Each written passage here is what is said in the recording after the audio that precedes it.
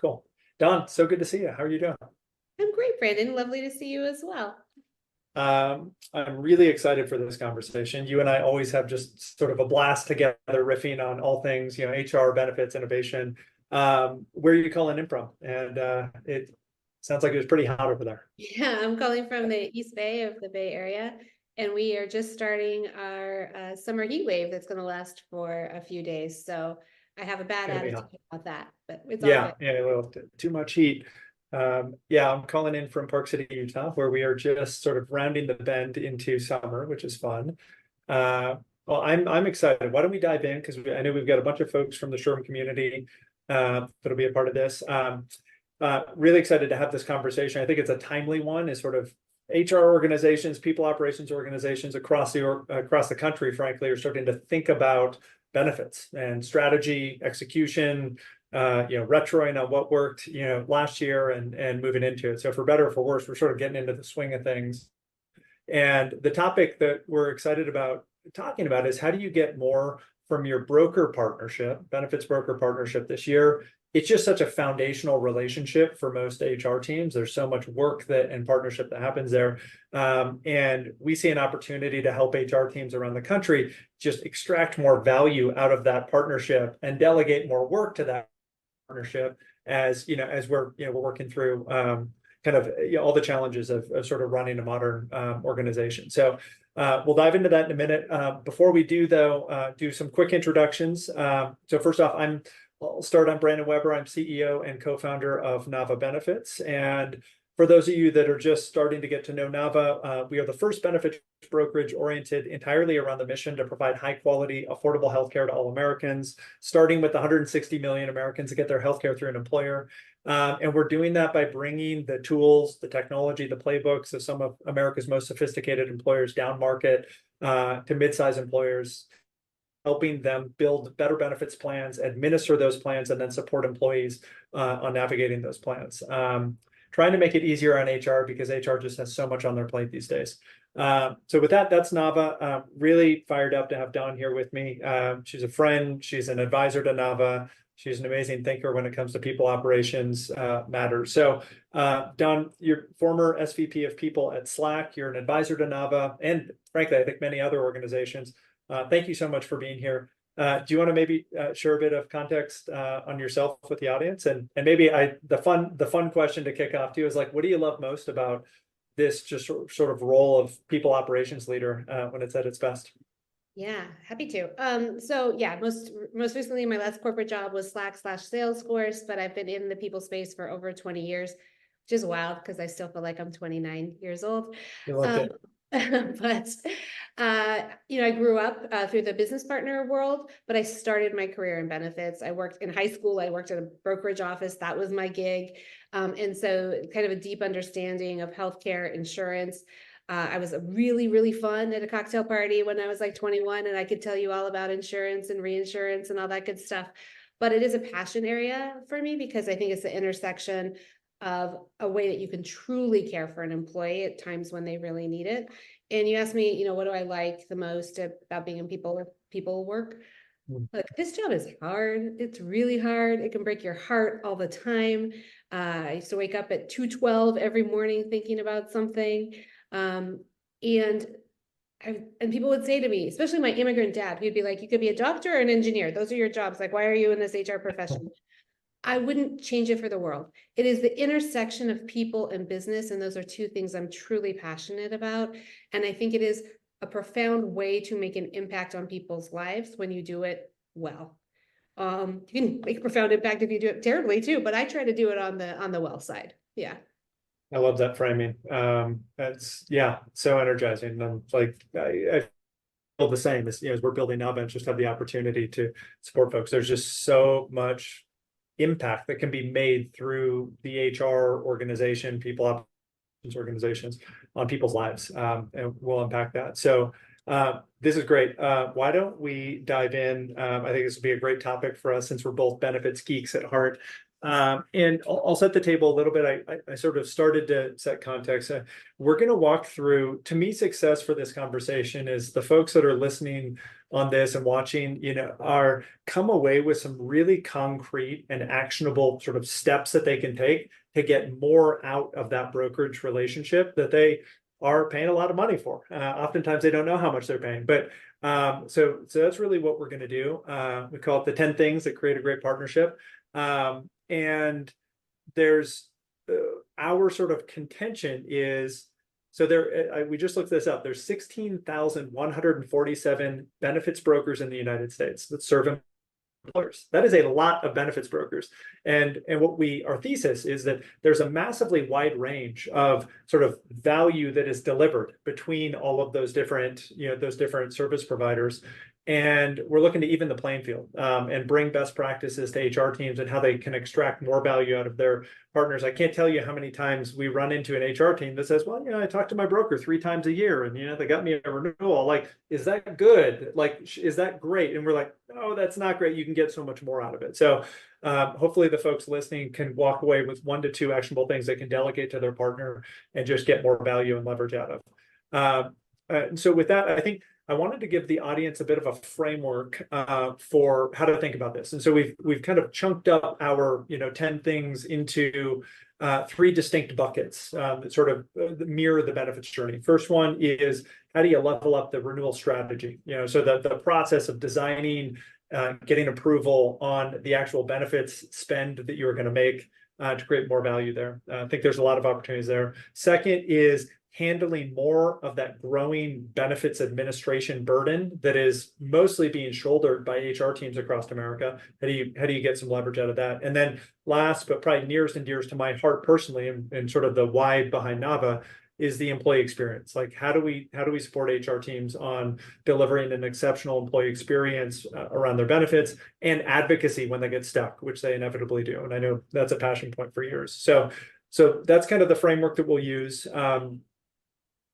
Do you dive into renewal strategy? Yeah, please, let's go.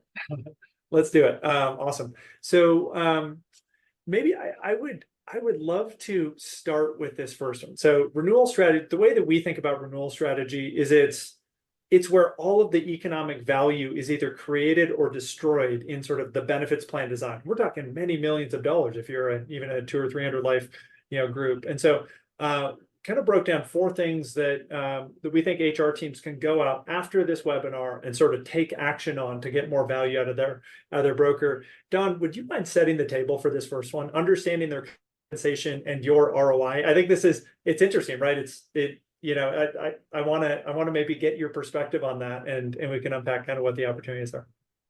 Yeah, I'd be happy to. I think that there's a really missed opportunity by a lot of HR teams, not because they don't want to, but because they don't have the time or they don't have the resources to kind of pull your total rewards, total compensation, like summary together for each employee. And I think there's a big miss a lot of times for employees to understand that their benefits are a huge component to their base. So you have your base, you have your cash, you have your bonus or equity, and you also have your benefits piece. And I just was working with a client the other day. The employees were pretty bummed that their annual increases were 3%, right? Like, that's pretty average right now, but they were bummed. They wanted more. I get it. Inflation is a lot. And as we were talking to them, we realized that we actually had missed an opportunity to communicate. We renewed the benefits. This company pays 99% of all healthcare premiums for their company, and they absorbed a 12% increase without passing any of that on to the employees. And as soon as we said that, which of course it was just kind of like, of course we should have done that, right? Yeah. We were moving fast. We didn't have a lot of resources on the team. The employees calmed down a little bit and they said, oh yeah, I really do like my health insurance paid for. And yeah, I do see how that translates. And so I think that there's just an education component that gets overlooked, usually because of lack of staffing on the team or just quickness to communicate stuff. Yeah. Big plus one. I think this is something that we have taken ownership of, the sort of, the kind of terminology of total reward statement or just total compensation statement.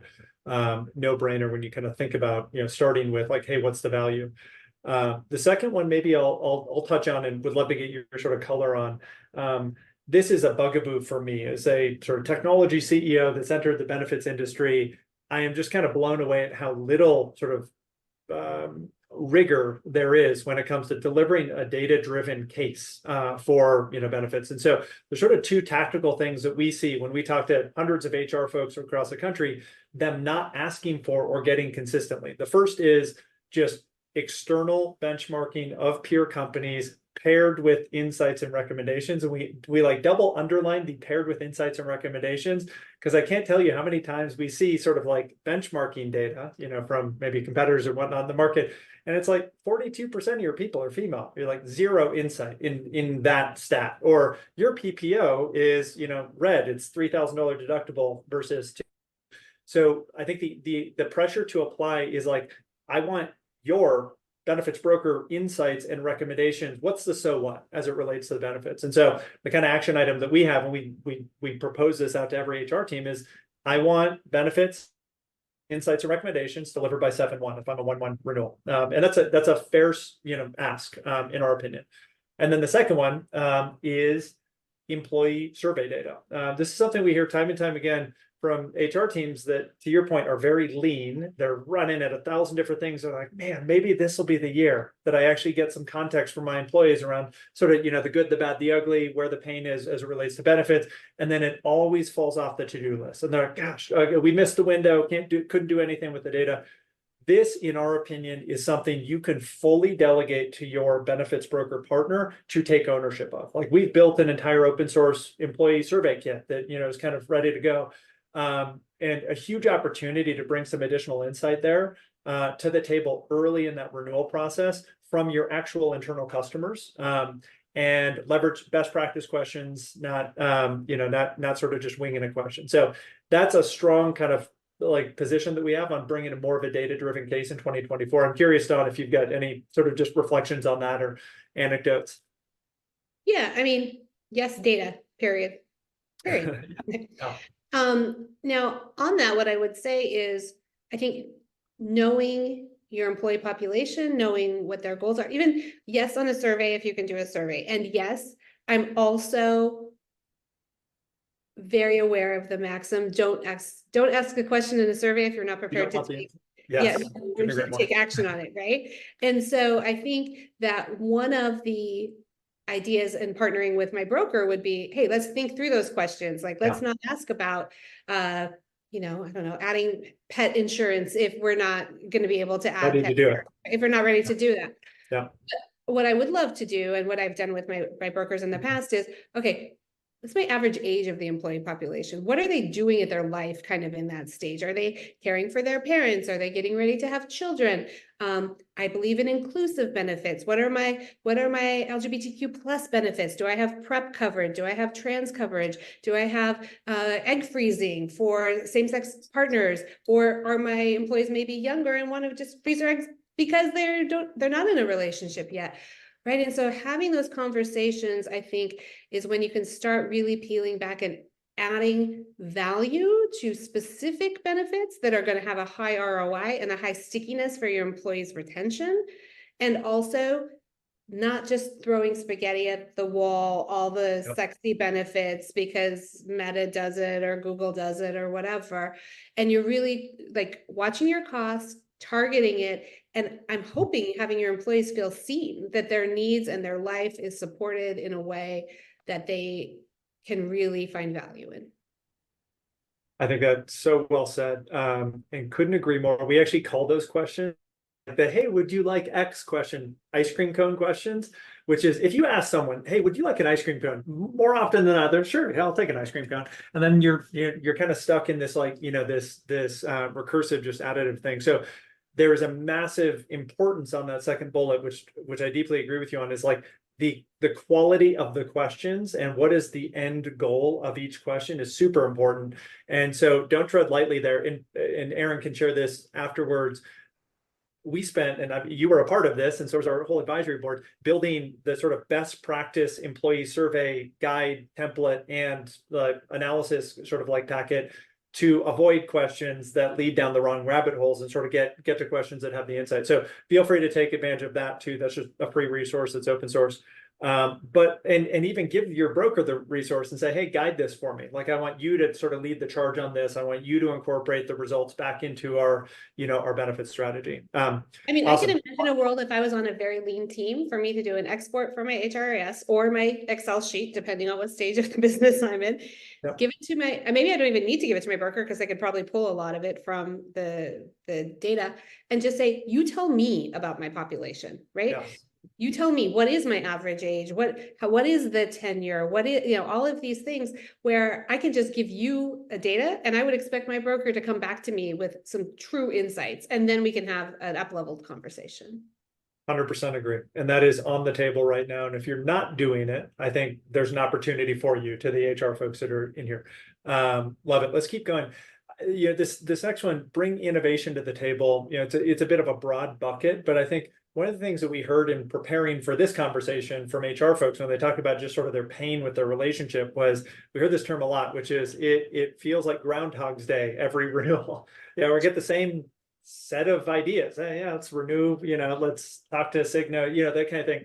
And they're like, that doesn't feel consultative. It doesn't feel like insight. And so I think so I maybe hand the ball to you, but just this idea of applying pressure on your broker partner to go, I want you taking the lead on thinking outside of the box as it relates to the benefits design that we have, new benefits we should consider based on the data that we're, that we're pulling in, new ways to approach funding our medical insurance, since obviously that's the largest cost in most benefits plans. And yeah, it just feels so foundational. And asking that question, which is so funny, like, I want, like, how can you guys bring more innovation and ideas to the table? Will we get some pretty good results from a sort of, a broker who's sort of just used to checking in and kind of, and telling you what the renewal looks like. Maybe Dawn, I'm curious, like, what great looks like to you here when you put yourself in the seat of the buyer there and and kind of on this topic. Yeah, I'm thinking back to the last broker renewal conversation I had, and I'm sure it was done over a nice lunch, and it was told with our, what the percentage increase was, and it was very standard, right? It was very like, do you want Aetna? Do you want Cigna? Do you want United Healthcare? Here you go back and forth. Here, I can get you a discount if you move over because they want your business, but there's a change cost associated that with your employees. You have to do, a provider, who's in the network, provider analysis, all of that. And, the one that always comes out is like, I always use pet insurance. One, I should tell you all, I'm a cat person. I have cats. I love pets. Pet insurance comes up all the time as that's like some sort of innovative thing. I've been hearing about pet insurance for 20 years. That's not what I want for innovation. I want to know, okay, if you add, I just went through a note, we wanted to add fertility services. And the broker was like, yeah, sure, you can add fertility. It's an extra rider, da, da, da, da, da, da. Once we got in there, it was so restrictive and it didn't do any of the things that we wanted it to do. And the broker just blindly tossed on a rider. And so to me, that's not what I'm looking for. What I'm looking for is, hey, Dawn, we noticed that your claims are actually trending really high in mental health. And we were wondering, we were talking to Cigna and they have, I'm making some of this up, but I think some of it's true, that they're partnered with Headspace. And so we could do some more promotion around how you can manage that. We know that your employees are telling you that they're waiting a long time to get access to care and providers. This could be a bridge, or this is what it look like, or this is, do they have the mental health resource number versus the regular number to speed it up for a better employee experience? That's the type of thing that I'm actually looking for. And actually, I want my broker to come and tell me, because I'm thinking about 1,000 things a day. Yes. Something I've never even thought of, right? Yeah. Something it's not even on my radar, and that's going to be a surprise and delight for me and my employees, because they're thinking about it all day. I love that. And I love that example because actually that's probably top of mind for a lot of the folks who are listening, which is sort of how do we better serve this growing need of sort of fertility, family planning, dot, dot, dot. And I think that's to me, that's the right mindset shift, is like, it's not, so I think the traditional mindset is, well, it's on me and my team to go just sort of Google around and sort of figure this out. My broker will do the paperwork. That's actually, I think, turned on its head now, or at least it should be. This is going to be our contention. And you should go to that broker partner and say, fertility and family planning services are becoming an increasing pain point. Hopefully they're actually bringing that based on the claims data analysis that they've done.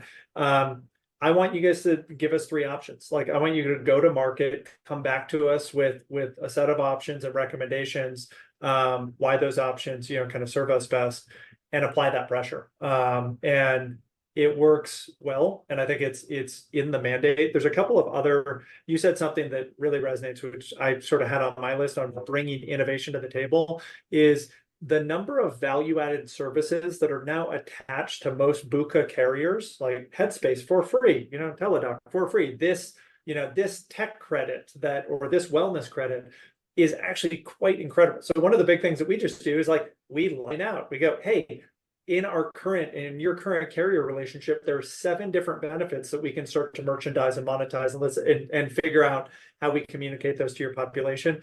That is just a complete way, like the number of times that we go and introduce them, they're like, I had no idea that was even available to me, is kind of criminal in my opinion. So big opportunity there. I think the other thing that you said, which really resonates from bringing innovation to the table, is ask your broker to analyze your claims. It is pretty amazing to us how, when we engage with an HR team, and one of the first questions we ask when we're sort of getting into strategy is like, we need all of your claims data so that we can come back to you with insights and recommendations. They're like, where would I even get that? I've like literally never had a conversation with my broker about the actual usage of our health insurance plans, et cetera. That's a big red flag for us. But I would say in this framing, a big opportunity for the HR teams to ask that question and say, come back to us with, again, back in the data, come back to us with insights based on our claims data. And if they don't have an answer to that, that's probably a flag for you to consider your partnership, but another opportunity for them to just add more value based on the actual usage. Yeah. I think Yeah. there's 2 things I want to say to that. One is, I'm in my 40s now. In my 20s and 30s, I definitely was more on the HR martyr train, where it's like, my team will do everything, we'll do everything. And I think, candidly, like, HR people can get stuck in a bit of a martyr persona sometimes, not because they mean to, but because a lot is asked of us, right? Yeah. And I lived that life for longer than I wish that I did. But now I'm in my 40s and I am not about that life anymore. So delegate, delegate, delegate. And for anybody who's there who maybe gets stuck in that martyr thing, I see you, I appreciate you, and just help yourself by like brokers get paid a lovely salary based on their work that they do for you. Make them work for it, right? Don't just talk to them 3 times a year. You know how much each of those phone calls would cost? Like, the language of business is finance. You need to know how much you are paying in premiums each year. If you do not know that, that is a problem. Your CFO knows that, I promise you, right? The second thing is, like, if you figured that out, let's say it's $2 million, you're $2 million in premiums. You talk to your broker 3 times a year, they're doing pretty good for a phone call, right? So figure it out and make them work for you. And you need to understand the business that is also insurance, and make that work for your company and for your employees. I love that. Man, that might be the quote for the conversation, especially like let's retire the HR martyr persona, because I couldn't agree more. I think like just this community is so big-hearted that oftentimes they just end up taking on the work as opposed to applying the pressure. So this is an apply the pressure, delegate, delegate, delegate, sort of call to arms. Love that. And hopefully we're giving you all a playbook for like what to delegate, because that's actually one of the biggest questions that we get. It's like, what can I even ask for? Like, you just don't know what you don't know if you're in sort of what we call the traditional relationship. Also, so don't give me more work, Brandon. I'm already busy and overwhelmed as it is. So like, make it as easy as possible for me. Yes, that is why we started Nava too. And so the last one, I want to get your take on this, because this is, as a CEO of Nava, but I've also been a CEO of other sort of high growth technology companies. This has been sort of a real bugaboo for me. Like when I've sort of been in my stakeholdership of benefits plan recommendations from my people operations team, et cetera, which is, and we kind of frame this as like a CEO ready business case for benefits. And a thing that we believe pretty deeply at Nava is we need to be people operations HR's partner in looking awesome to the CEO and the CFO. Like truly, like, and you said something, having command of the numbers, really feeling like they've got just a sense for the business impact. And if so, I think that the mandate here, that maybe the push is apply pressure to your benefits broker partner to deliver a lot when it comes to like what is the business case around the recommendation, not just, hey, here's a big spreadsheet of renewal quotes and a 12% at the bottom and like, can we get a thumbs up? Give the rationale, strategic rationale, alternative cases, things that we looked at. I'm blown away at how many sort of relatively large organizations are not getting that. I'll pause there if you've got any sort of kind of perspective on this, or from your seat as the HR leader. Yeah, I mean, I don't know that I have too much to add to that, except for the fact that your benefits premiums are probably the second highest line item that your company is paying after, payroll number one, premiums probably number two. And if you go into a CEO, CFO, ELT meeting and do not have command of those numbers, you're playing into the old trope of HR not being strategic, of HR not being a business person. And we don't want to roll our eyes at that, because we know that that's not true. And also we don't have time, because we're, so-and-so, groped the person in the hallway, and so-and-so, da-da-da-da-da-da.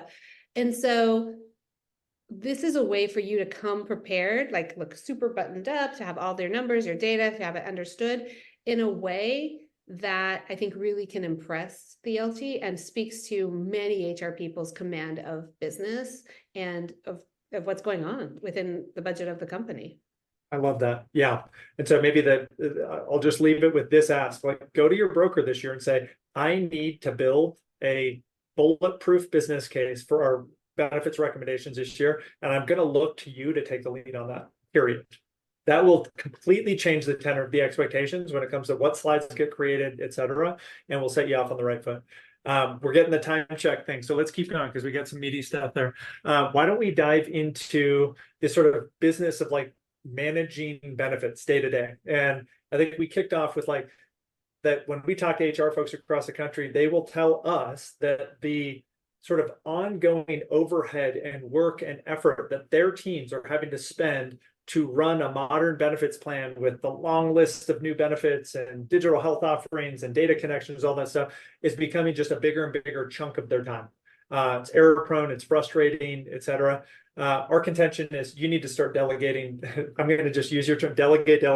We should have named it that. That is the right framing for this, how to delegate your way to success. So I'll maybe start with this first one, owning and leveling up ongoing eligibility and auditing. That may sound super geeky and arcane, but Dawn, why don't you bring that to life for us in terms of like, what are the actual like pain points and problems that come from this? Yeah, I mean, I think it's pretty common for like people turnover. Let's say you have a high turnover business. It's very employee population. It can be very easy to miss one or two people on your bill or what your offboarding process is. And then next thing you know, you've been paying for them for 6-12 months. Let's say then you catch up. I think most carriers back in the day when I did this personally would maybe grant you a 90-day grace period and give you a refund. But after that, the money is lost. But also think about that from the employee experience. If you're going back and changing their eligibility date, they're going to start getting claims and all that kind of stuff. So not only is it bad from a financial standpoint, but it's also a terrible employee experience if like insurance companies are now reprocessing a lot of that for them. And so it's totally understandable how it happens. And also it's a bigger deal than, it's not fun. It's kind of like very tedious work sometimes. I mentioned I started my career in a brokerage house, and I worry this makes me feel 175 years old, but my job in high school was to go line by line from the insurance carrier and cross people off that no longer worked there. And then I would fax it back to the insurance company, and then they would take people off. But that is because that was my job. That was my expectation that my broker would do that for me. I never asked anybody on my team to do that.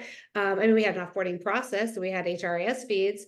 But yeah, somebody needs to be auditing that, and it's not somebody on my team.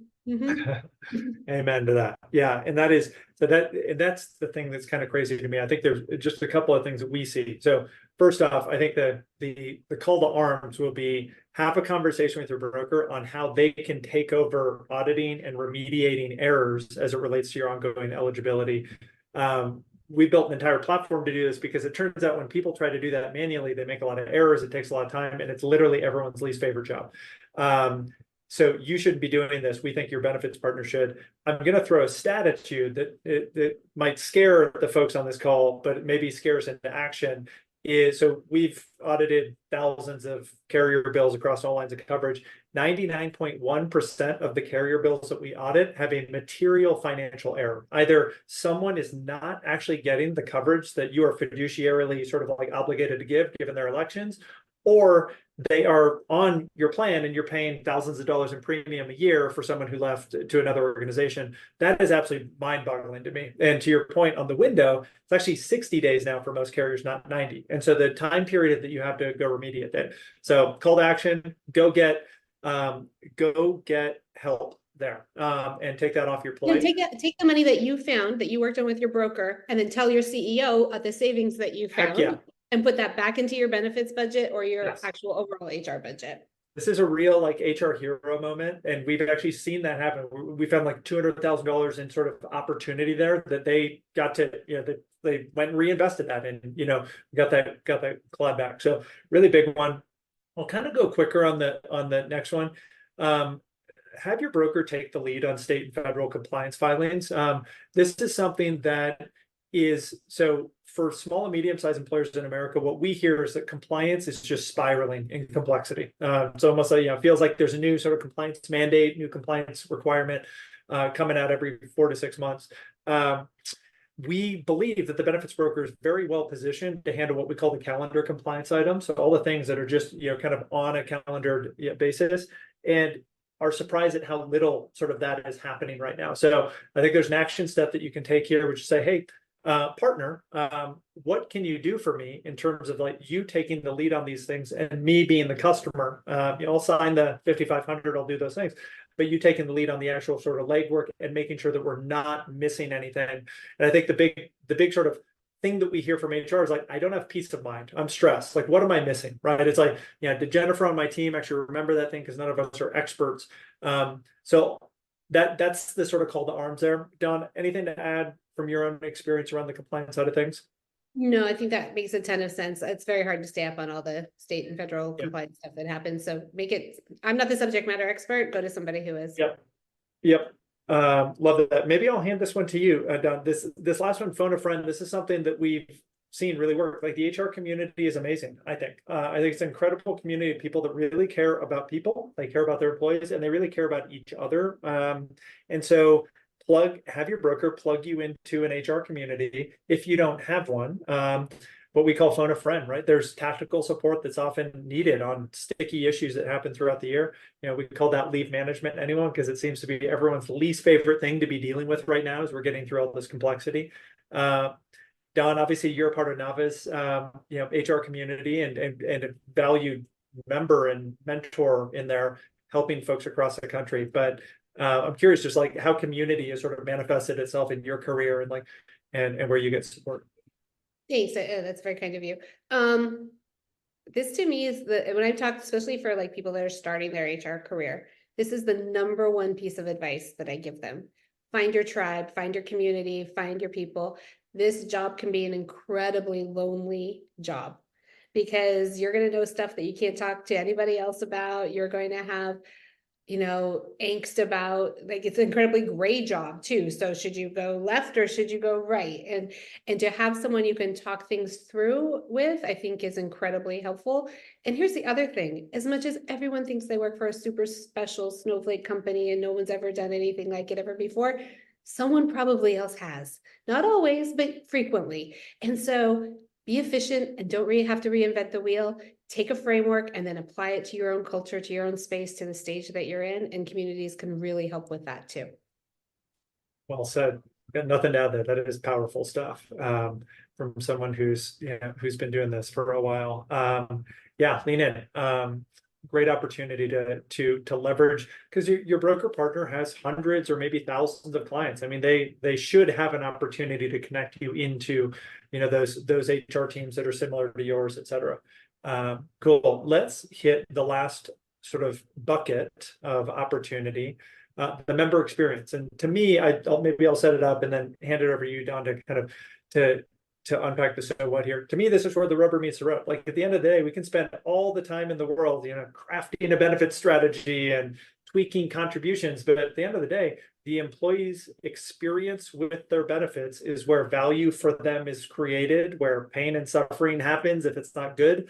So if you're not thinking about this, or where it's sort of like, you got a car with no engine, or you spend a bunch of money on something that no one's going to use, type of thing. So it's super important to us. And Don, maybe I'll hand it to you to kind of share your sort of perspective on the member experience and kind of implications here. Yeah, obviously, I think we're going to be in agreement about this one, but yeah, I couldn't agree with it more.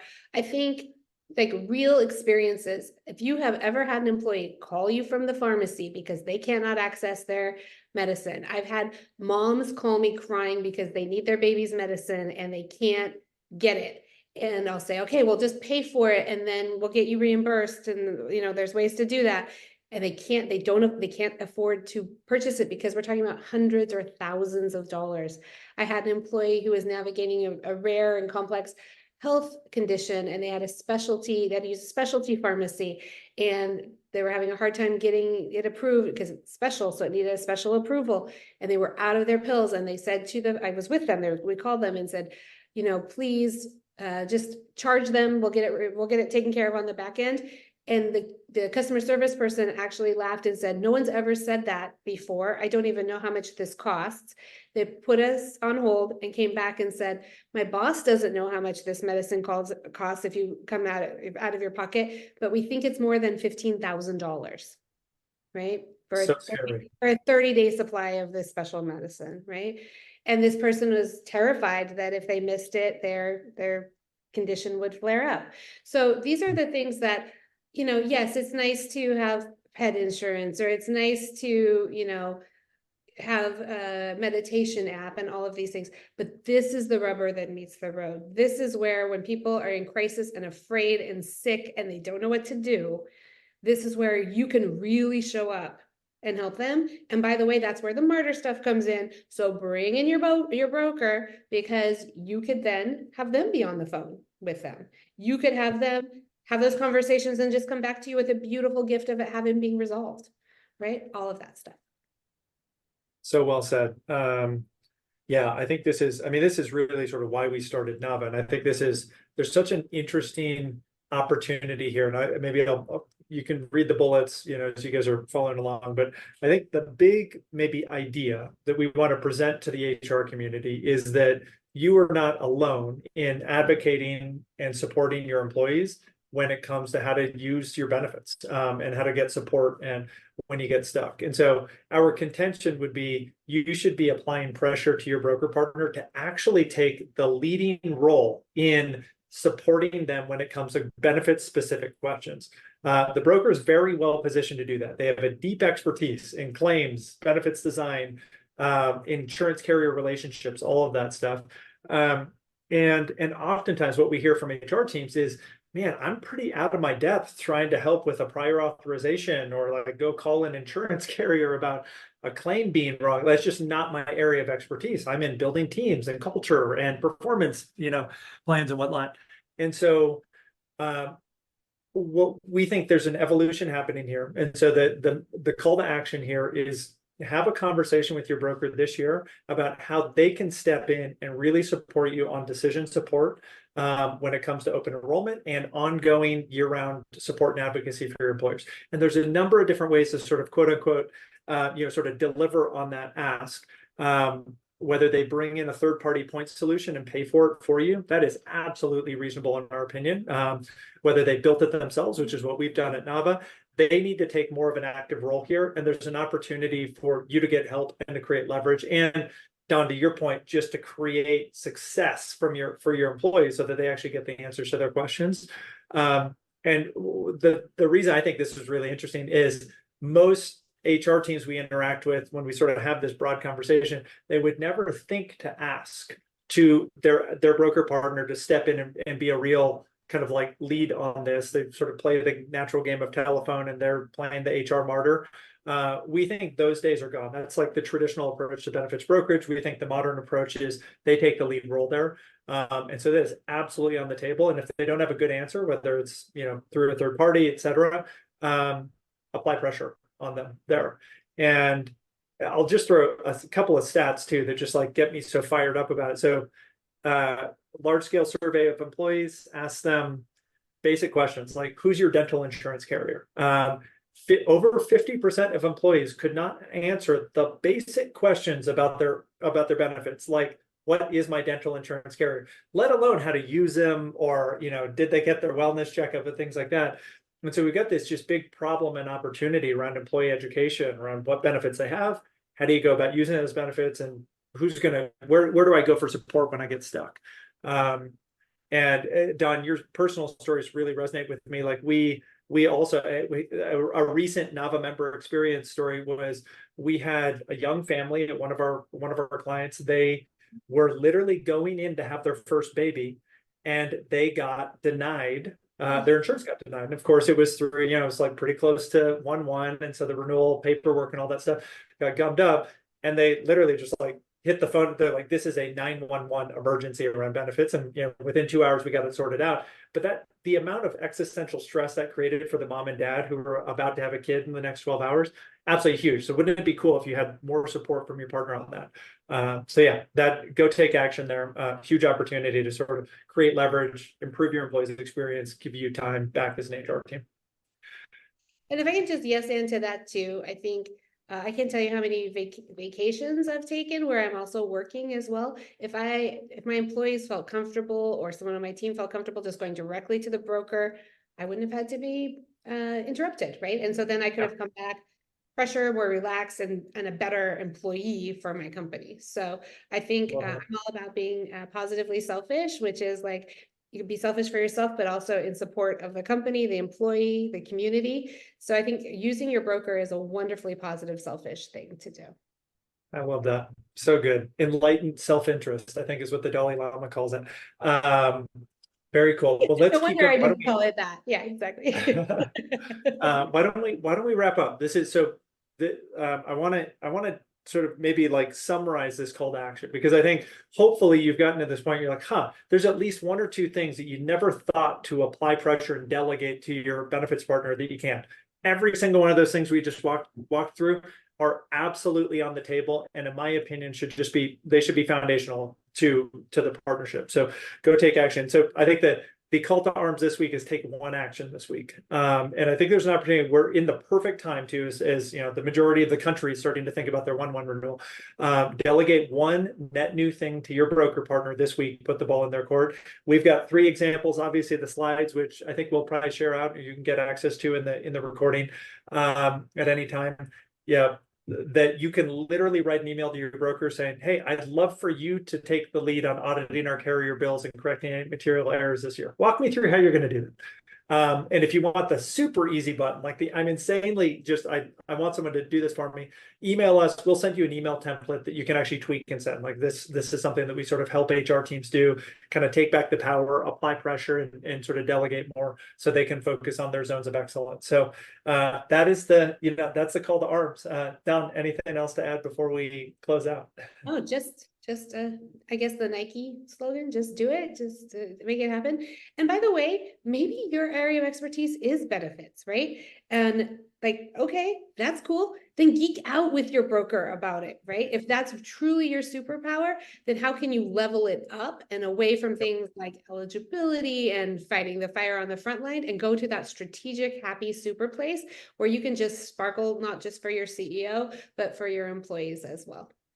So well said. Love that.